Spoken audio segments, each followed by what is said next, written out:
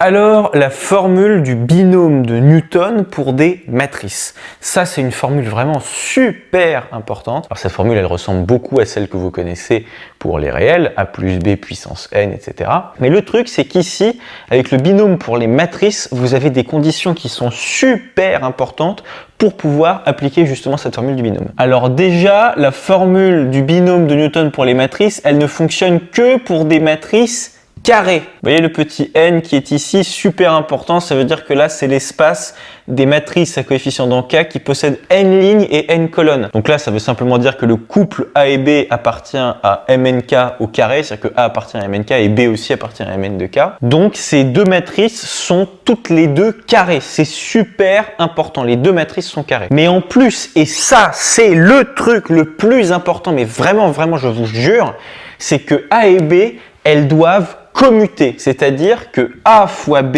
est égal à B fois A. Vous ne pouvez pas appliquer la formule de binôme à des matrices carrées si elle ne vérifie pas ça, c'est-à-dire que A fois B est égal à B fois A. Ça, c'est la commutativité entre vos deux matrices. Ça doit apparaître textuellement dans vos exercices si jamais vous faites appel à la formule du binôme avec des matrices. Par exemple, dans un exercice, si on vous donne une matrice A bien précise, pas trop compliquée, et une matrice B de même dimension, donc toutes les deux carrées, et cette matrice B, elle possède elle aussi des coefficients, pas trop compliqués, et bien on va vous demander d'appliquer la formule du binôme à A et B, mais avant ça, il faudra vérifier, éventuellement du coup par le calcul, que A fois B est bien égal à B fois A. Sinon, c'est pas possible d'appliquer le binôme de Newton. Alors, que nous dit cette fameuse formule du binôme? Elle nous dit que si on prend un n, un entier naturel, si vous prenez A plus B puissance n, ça c'est égal à la somme pour k allant de 0 à n de k parmi n fois A puissance k fois B puissance n moins k.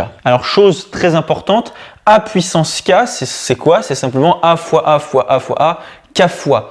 Parce qu'il se trouve que A, c'est une matrice qui est carrée. Donc, si vous faites A fois A fois A fois A, K fois, vous allez bien toujours retomber sur une matrice carrée de Mn de K. Ça, c'est super important.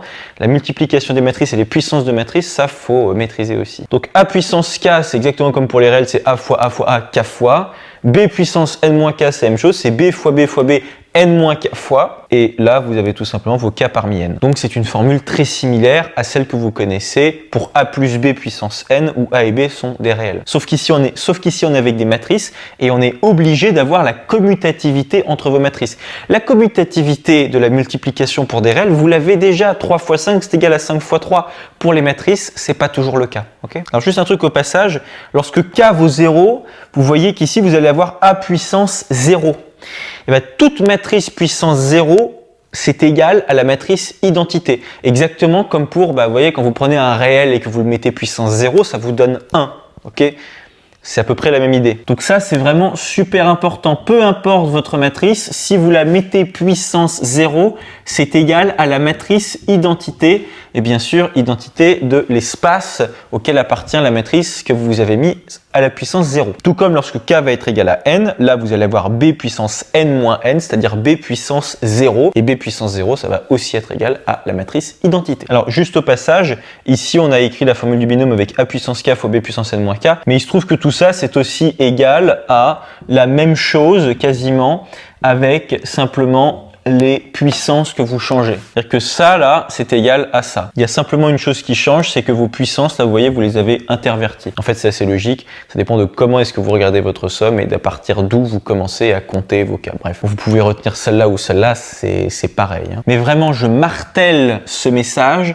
La chose la plus importante, sans doute, dans une copie, lorsque vous faites appel au binôme de Newton pour les matrices, c'est de bien souligner le fait que A fois B est égal à B fois A.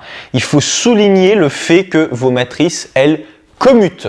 La commutativité de vos matrices, elle est nécessaire pour pouvoir appliquer la formule du binôme qui est ici. Vous en faites pas, on va faire plein d'exos avec ce binôme de Newton dans les matrices. C'est assez marrant, à vrai dire.